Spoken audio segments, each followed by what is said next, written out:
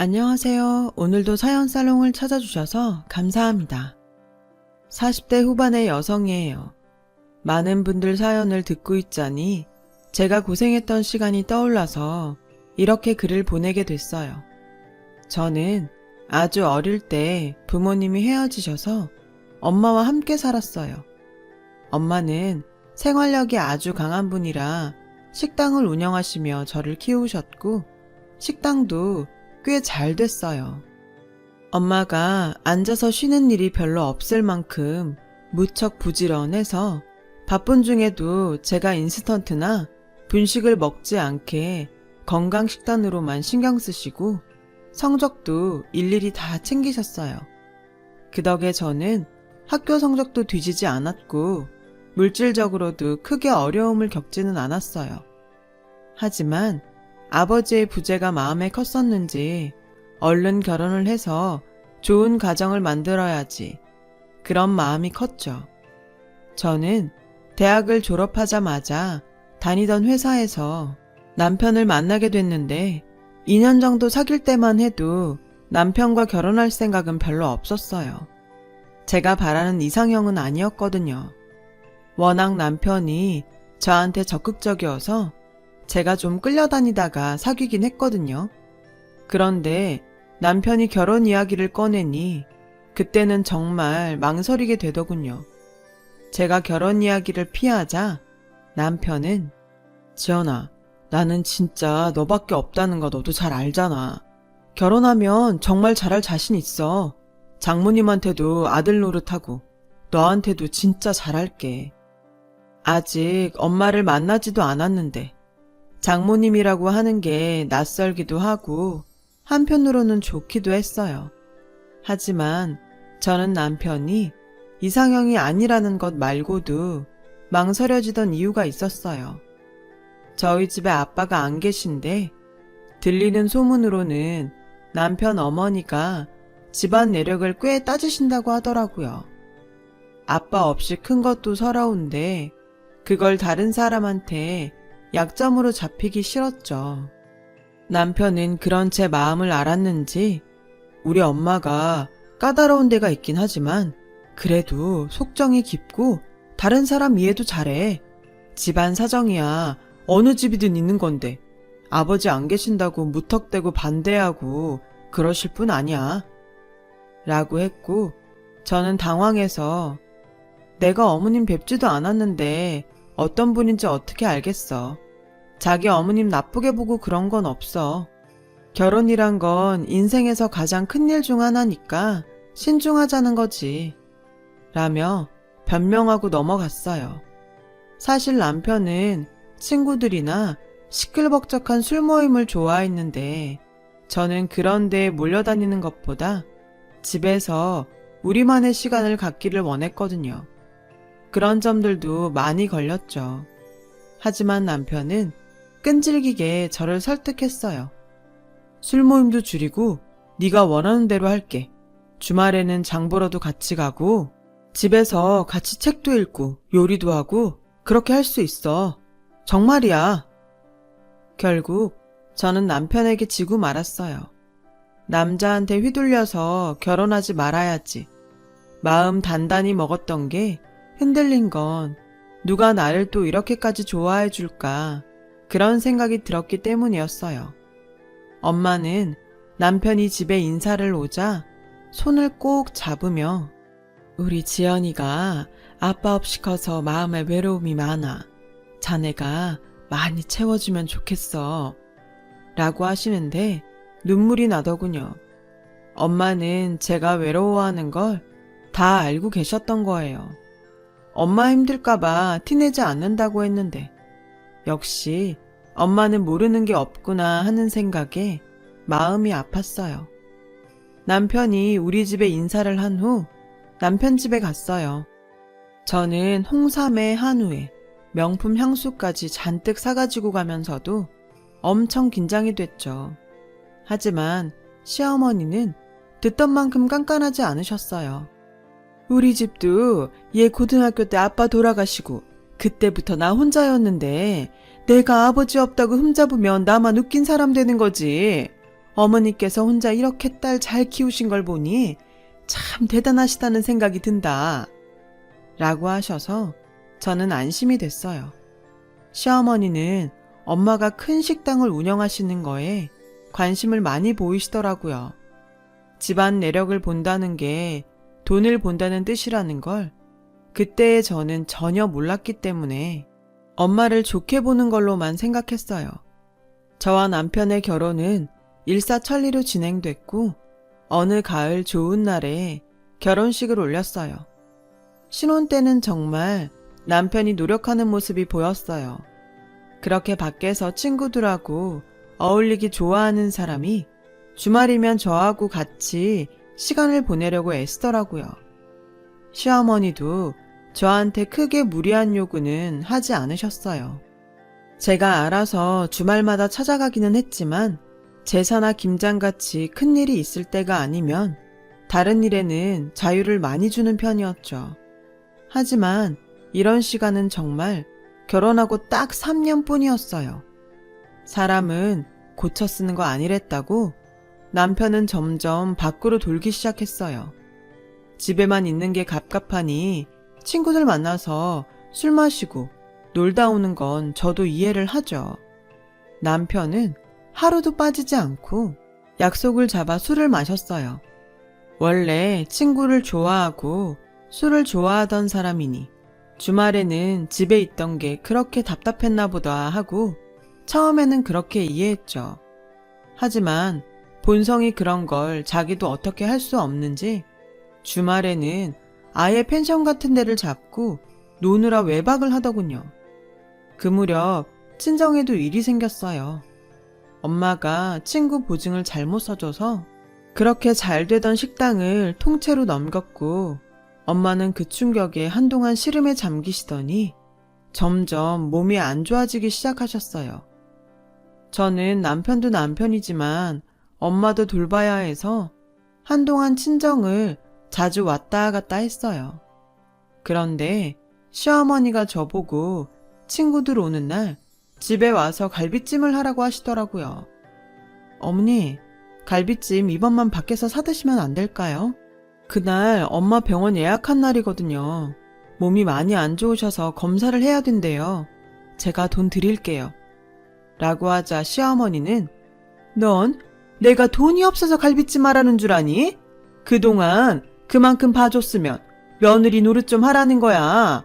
어떻게 된 애가 너는 결혼을 했어도 그렇게 친정 노래만 부르고 사니? 우리 아들 번 돈으로 네 엄마한테 생색내는데 맞들렸어 아주. 저는 너무 놀라서 아무 말도 할 수 없었어요. 그동안의 시어머니의 태도와 너무 달랐으니까요. 그리고 제가 시댁에 며느리 노릇 소홀히 한 적도 없었고 단지 엄마가 병원에 같이 갈 사람이 없어서 제가 가는 건데 그렇게까지 말씀하시는 건 정말 충격이었어요. 엄마는 사돈이 섭섭한가 보네. 그냥 시댁에 가봐. 병원에는 엄마 혼자 갈 수 있어. 내 나이가 몇인데 그런 거 혼자 못하겠어. 엄마, 그런 문제가 아니잖아. 괜찮으니까 같이 병원 가자. 나 여태까지 시댁에 예의 벗어난 행동한 적 없고 엄마 아파서 병원 간다는데 그걸 보고 뭐라고 하는 건 아닌 것 같아. 지금이 무슨 조선시대도 아닌데 내 엄마 아픈 것도 못 챙기게 해. 내가 다른 때에 더 잘하면 돼. 라고 우기며 엄마와 함께 병원에 갔어요. 저는 그날 엄마와 같이 병원에 가지 않았으면 평생 후회할 뻔했어요. 엄마는 위암이었고 아주 심각한 상태라고 하더군요. 아무래도 친구가 잠적하고 식당이 넘어가서 너무 힘드셨던 것 같아요. 제가 엄마를 잡고 펑펑 울자 엄마는 괜찮아. 나 그렇게 쉽게 안 죽어. 아직 손자도 안아보지 못했는데 그냥 갈 것 같아? 이대로는 절대 못 죽지. 수술하고 치료 잘 받으면 돼. 라며 오히려 저를 위로하셨어요. 엄마가 힘든 수술을 하고 항암 치료를 하는 동안 시어머니는 연락 한 번도 하지 않으셨고 남편도 병문안도 오지 않았어요. 시어머니는 틈만 나면 제가 그날 시댁에 가지 않은 걸 갖고 계속 걸고 넘어지시더라고요. 하여간에 요즘 것들은 시댁 무서운 줄도 모르고 아주 지들 하고 싶은 대로 편하게 잘도 산다. 아니면 어릴 때부터 아빠 없이 자라서 가정교육을 제대로 못 배워먹어서 그렇게 싸가지가 없는 건지 라며 저희 집을 무시하는 말을 거침없이 하곤 했어요. 정말 처음 볼 때의 시어머니와 달라도 너무 달랐죠. 알고 보니 시어머니는 친정엄마 식당이 넘어가고 우리 집이 경제적으로 어려워지니까 더 이상 별 볼 일 없다고 생각하고 함부로 대하기 시작했던 거더라고요. 시어머니가 가는 비싼 미용실이 있었는데 결제를 제가 했었거든요. 거기 원장님이 저한테 아니, 어떻게 저렇게 사람이 변해? 원래 저 사람 돈밖에 모른다는 얘기는 많이 들었지만 그래도 새댁한테 잘하는 거 보면서 그냥 소문인가 보다 했는데 그게 진짜였어. 내가 새댁 너무 안타까워서 그렇게라도 말하는 거야. 시어머니는 미용실에서 그렇게 엄마 험담을 하고 제가 빈털털이 됐다고 한탄을 했다는 거였어요. 그지, 볼 게 뭐 있다고. 여자 엄마 돈 있으니 내 아들 그 덕이나 보겠다 했는데 아주 싹 거덜났잖아. 이러다가 우리가 그 집 먹여 살리느라 독박 쓰면 어떡해? 라며 오만 짜증을 다 냈는데 제가 한 달에 한 번씩 결제하러 오는 걸 뻔히 알면서도 그런 걸 보면 저더러 알고 있으라는 것 같다는 생각이 들더군요. 남편도 이런 상황에 눈 하나 깜빡 안 했으니 똑같은 인간이었던 거죠. 정말 서러워서 눈물이 나왔어요. 당장이라도 이혼하고 싶었지만 그럴 수 없었어요. 안 그래도 아픈 엄마한테 저까지 걱정거리를 줄 수 없었거든요. 모든 원인이 엄마 식당이 넘어간 거란 걸 알면 엄마는 정말 다시 일어나지 못할 것 같았죠. 저는 그저 모든 걸 꾹 참는 수밖에 없었어요. 남편의 무관심과 술과 친구에 빠져있는 것도, 시어머니의 말도 안 되는 잔소리도 다 참으며 엄마 병간호에만 매달렸어요. 하지만 제 정성이 부족했던 건지 엄마는 갈수록 나빠지기만 하셨고 결국에 돌아가시고 말았어요. 그날을 생각하면 정말 너무 한스럽기만 한데 하필 시어머니가 집에 먹을 반찬이 없다며 저더러 와서 파김치를 담그라고 하시더라고요.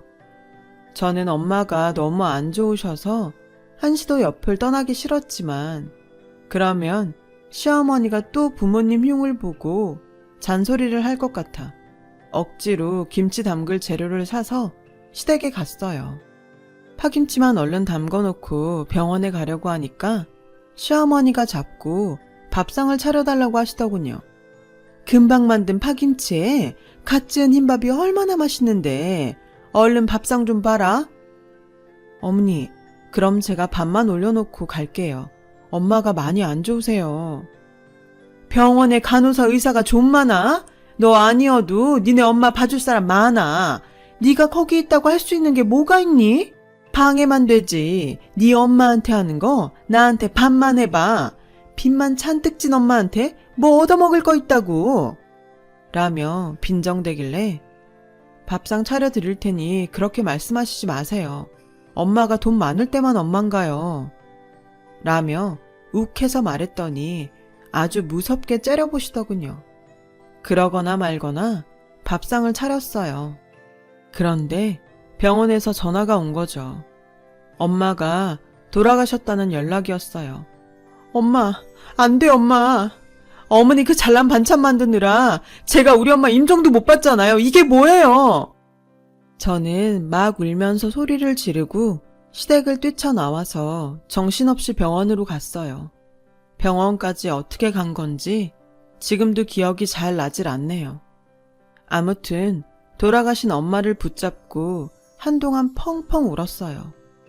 그러는 동안도 남편은 오지 않았고 장례식장을 다 차리고 나서야 나타나더군요.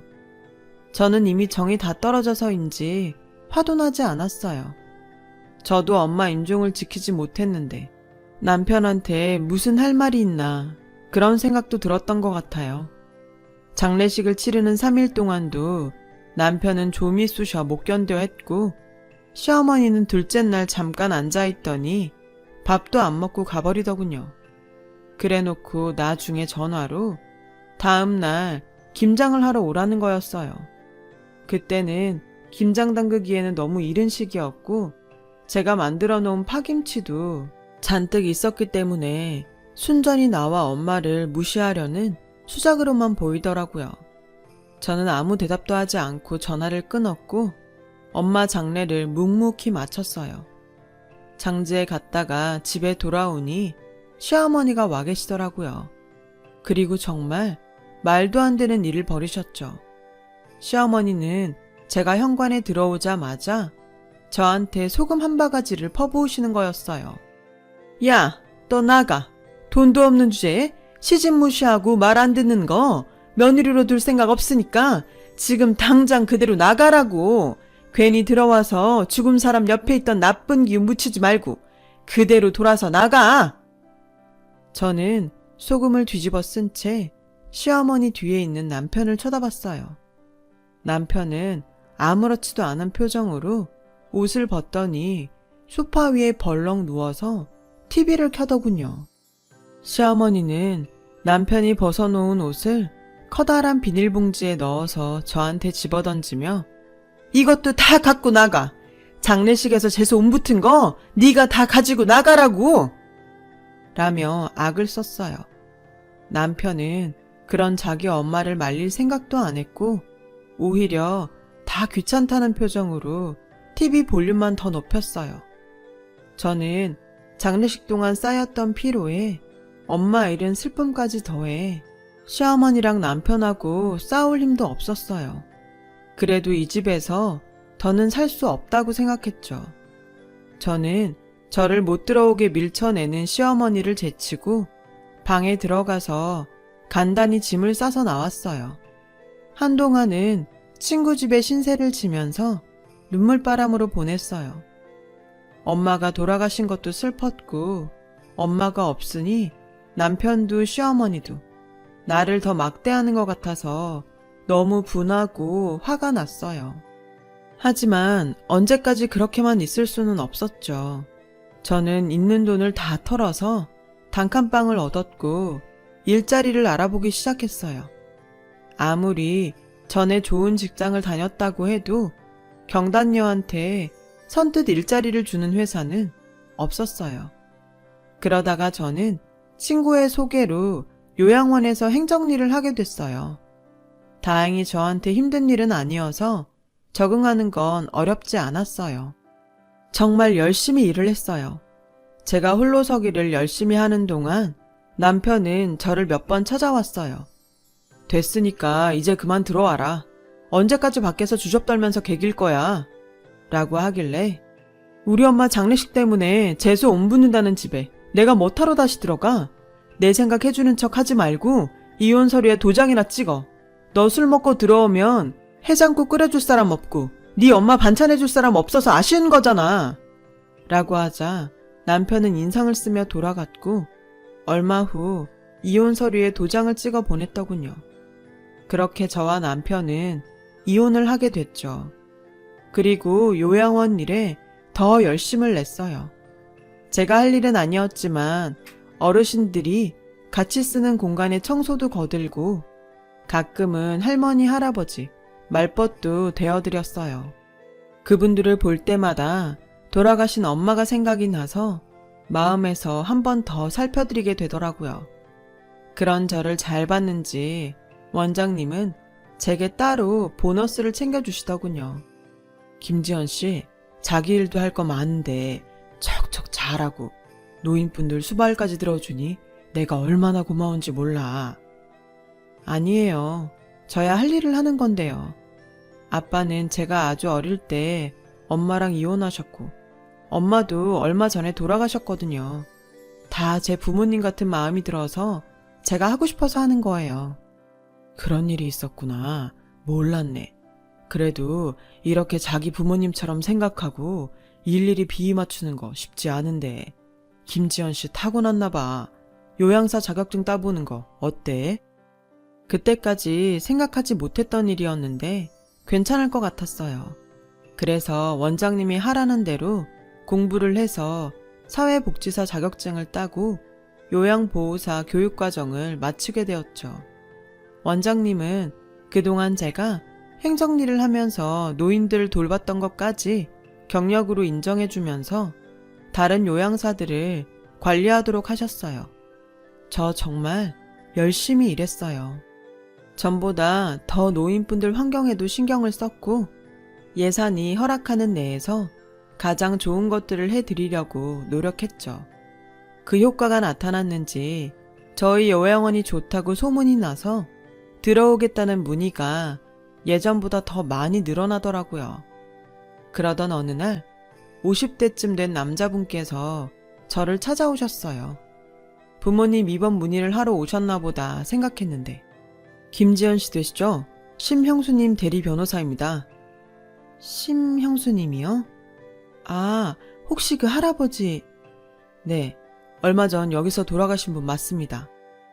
그 할아버지는 제가 특별히 마음이 쓰이던 분이었어요.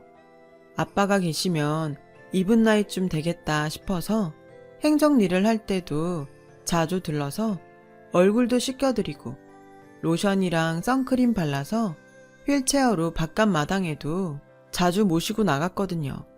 변호사는 그분이 상당한 자산가였다고 하는 거였어요. 자식도 없는 분이셔서 원래는 재산을 모두 사회에 환원하신다고 하셨는데 돌아가시기 전에 김지연 씨 앞으로 재산의 20%를 남긴다고 유언장을 고치셨어요. 그분이 제게 주신 재산은 50억쯤 되더라고요. 저는 뜻밖의 일에 너무 놀라서 몸둘 바를 몰랐어요. 당시 요양원 원장님은 요양원의 편의시설 증축과 확장에 대한 자금 문제 때문에 여러 가지로 고민이 많으셨어요. 저는 요양원에 일부 투자하기로 했어요. 지연 씨, 정말 그래도 되겠어? 어떻게 될지 확실치도 않은데 정말 아깝지 않아? 이보다 더 어떻게 잘 쓰겠어요. 원장님은 제가 어려울 때 저 많이 돌봐주셨잖아요. 이렇게라도 제가 도움이 될 수 있어서 너무 다행이에요. 젊은 사람이 이렇게 경우가 밝은 건 또 처음 보네. 고마워 지연 씨. 우리 열심히 해보자. 원장님은 눈시울을 붉히며 제 손을 꼭 잡으셨어요. 저와 원장님은 옆 건물을 인수해서 병실과 여러 시설을 늘리고 그동안 요양원이 좁아서 받지 못했던 노인분들까지 받게 되었어요. 그러면서 요양원 이미지도 더 좋아졌죠. 그런데 하루는 남편한테서 전화가 왔어요. 당신 잘 지내는 거야? 요양원도 운영한다며. 어떻게 일이 잘 풀렸나 보네. 어디서 들었는지 모르겠지만 그쪽하고 상관없고요. 이제 저한테 당신이라고 하지 마시죠. 제가 왜 그쪽 당신입니까? 라며 쏘아붙이자 남편은 더 이상 말을 못하고 전화를 끊더군요. 그리고 얼마 후 시어머니가 요양원에 찾아왔어요. 만나고 싶지 않았는데 막무가내로 제 사무실로 밀고 들어오더니 땅바닥에 주저앉아 신세 한탄을 하더군요. 아유, 얘 내가 암에 걸렸댄다. 나 좀 살려다오. 라면서 매달리는데 정말 한숨만 나왔어요. 듣자 하니 니네 요양원이 그렇게 시설도 좋고 다른 데보다 밥도 잘 나오고 좋다며? 자리 하나만 내줘. 여기는 할머님은 못 들어오세요. 그런 게 어딨어? 네가 여기 있는데. 예정을 생각해서 네가 힘 좀 써봐라. 아니에요. 저희도 우선순위가 있어요. 할머님은 그 우선순위에서도 밀리시고요. 차라리 병원에 입원을 하세요. 내가 입원할 정도는 아니랜다. 그리고 할머님이 뭐니? 청없이 들리게. 제가 댁하고 정이 있을 게 뭐 있나요? 우리 엄마 아프실 때 생각하면 저는 지금도 피눈물이 나요. 저는 댁 때문에 우리 엄마 임종도 못 지킨 사람이에요. 그런데 이제 와서 지 좀 살겠다고? 요양원 자리 내달라는 말이 나와요? 댁처럼 쌩쌩하고 지 잘난 맛에 혼자 잘 돌아다니는 사람한테는 여기 자리가 없어요. 갑상선암 초기시면 열심히 치료하면 나으실 거예요. 하늘도 무심하시지. 우리 엄마같이 열심히 살고 착하던 분은 그렇게 데려가시고 남한테 기생충처럼 빌붙는 게 버릇된 이런 사람들은 뭐 이것도 다 하늘에서도 좋은 사람만 필요한가 보다 라고 생각하고 살고 있어요. 당신 같은 사람 돈 없으면 무시하고 그런 사람한테는 요양사도 소개 못 해주니까 그런 줄 아세요. 저는 완전히 차갑게 돌아섰어요. 시어머니는 그런 제 소매를 잡으며 뭐 그런 옛날 일을 자꾸 들먹여 라길래 제가 화가 나서 뭐라고 하려는데 갑자기 원장실 문이 열리더니 원장님이 시어머니한테 소금을 판바가지 붓는 거였어요. 진짜 내가 아픈 사람한테 이래보긴 처음인데요. 할머니, 양심이란 게 있으면 그렇게 사시면 안 되죠. 장례식 마치고 온 며느리 그날로 집에서 쫓아내고서 어떻게 여기까지 와서 자기를 받아달라는 말을 합니까? 그 말에 요양원 1층에 있던 사람들이 모두 시어머니를 보며 아무리 사람이 뻔뻔해도 똥오줌은 가릴 줄 알아야죠. 그렇게 아프고 힘들면 대개 아들 보고 시중 들라고 하쇼. 그렇게 수근거리기 시작했어요. 시어머니는 얼굴을 가리며 사람들 사이를 빠져나갔고 원장님은 사람들한테 소란 피워서 죄송하다며 상황을 정리하셨어요. 저는 시어머니가 아픈 건 안 됐지만 솔직히 통쾌했어요. 저희 엄마 가시는 길에 저에게 했던 일에 비하면 아무것도 아니니까요. 그 후로 시어머니와 남편은 다시는 저한테 연락하지 않았어요. 알고 보니 시어머니는 요양사 몇 명을 갈아치우고 다들 학을 떼고 시어머니 집을 피하니까 저한테 찾아온 거였더라고요. 요양사들한테도 막말하고 그깟일 한다며 무시했다고요. 그런 게 돌고 돌아서 벌을 받은 건지 모르겠지만 시어머니는 아무도 봐줄 사람이 없어서 결국 시골 친척집에 얹혀 살게 됐다고 해요. 그 후로는 소식을 알 수 없네요. 그게 벌써 5년도 더 된 일이에요. 저는 원장님과 계속 요양원을 하고 있고요. 얼마 전부터는 좋은 남자를 만나 교제 중에 있어요. 결혼을 할지는 아직 잘 모르겠지만요. 저는 일단 제 일과 삶에 충실할 생각이에요. 제 긴 이야기 들어주셔서 감사하고 모든 분들의 삶에 건강과 안녕이 함께 하시길 바랍니다. 다들 좋은 하루 보내세요. 여러분, 사연 댓글에 응원과 현명한 조언 부탁드려요. 좋아요와 구독은 저에게 큰 힘이 됩니다. 오늘도 좋은 일 가득하세요.